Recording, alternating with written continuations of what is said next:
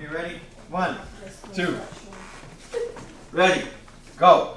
Dum da da da da da da dum bum bum ba dum bum ba da da da da da dum ba dum bum bum ba dum da dum ba dum bum bum bum bum ba dum bum bum bum ba dum ba da bum bum ba da da da da dum bum bum ba da dum bum bum bum bum bum ba da da dum. Couple more times, right? Hi. My name is Rick Vukmanik, and I am the director of Kolo Marian, a Croatian folk dance group in Steelton, Pennsylvania. The group was formed in 1954 with the kind of idea of preserving and promoting Croatian folk dance, Croatian folk music, and helping young people in the community learn something about their cultural heritage. I think it's really interesting to learn about my ancestors and where we're from. And it just makes us all so much more diverse. The group itself is divided into several smaller groups, and they're based on age. On Wednesday evenings, we have 2 groups of young people that get together. Most of their focus is on learning basic folk dances and basic steps that can be found in those folk dances, as well as learning some simple games that kids might have played in Croatia and some songs that young people might have sang.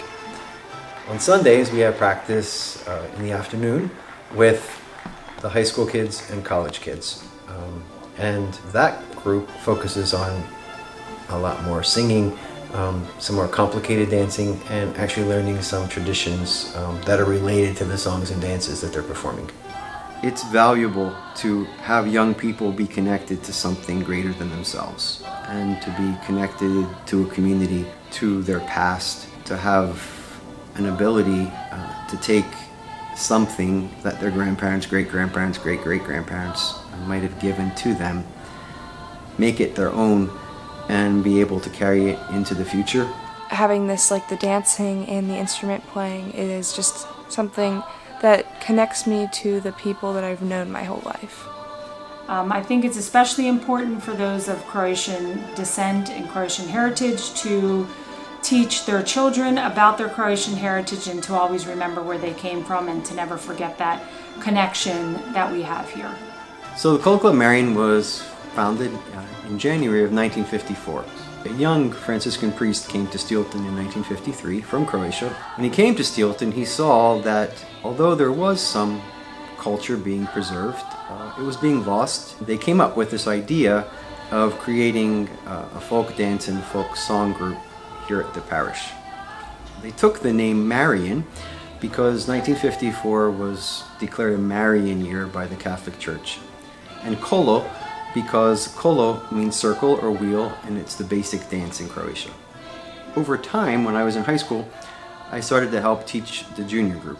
Then when I graduated from high school, I had the opportunity to travel to Croatia, and a whole other world was opened up to me, and I saw that kind of what I thought I knew about Croatian folk dancing was actually pretty limited. And while I was there, I got a bunch of resources. A lot of it isn't even just the dancing, a lot of it's the costumes, which have been in this group for like actually hundreds of years.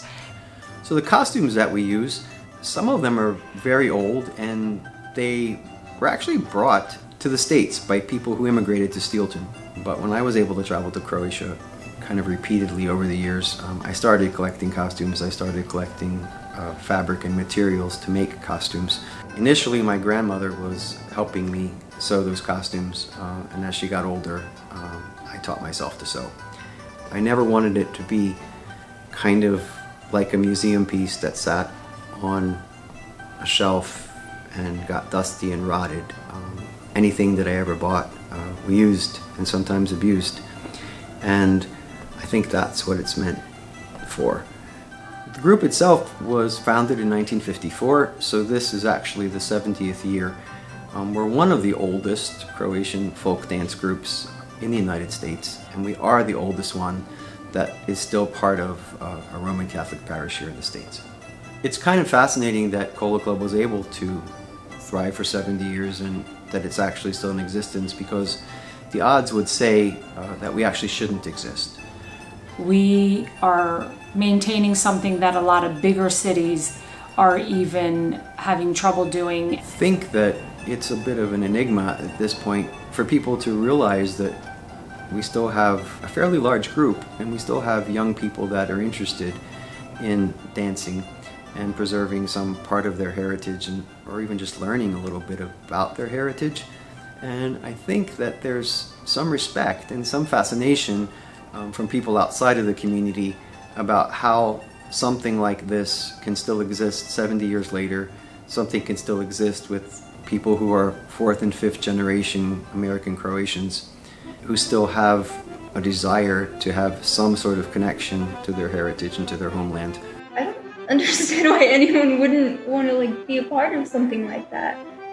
So thinking about the future is a good question, and it's something that I had to ponder pretty deeply and confront face to face. Last year, around the time of the concert, I was diagnosed with cancer, and I had to think about, have I successfully kind of shared the knowledge that I have so that others can use that, and so others can make sure that the group carries on. And it will continue as long as parents continue to encourage their children to be part of the group, as long as young people learn. Thankfully, I was cured of cancer, but it does kind of make me think and make me approach this kind of in a much different way, to make sure that I'm fostering the ability for this to somehow continue and somehow enlighten or enkindle a flame in other people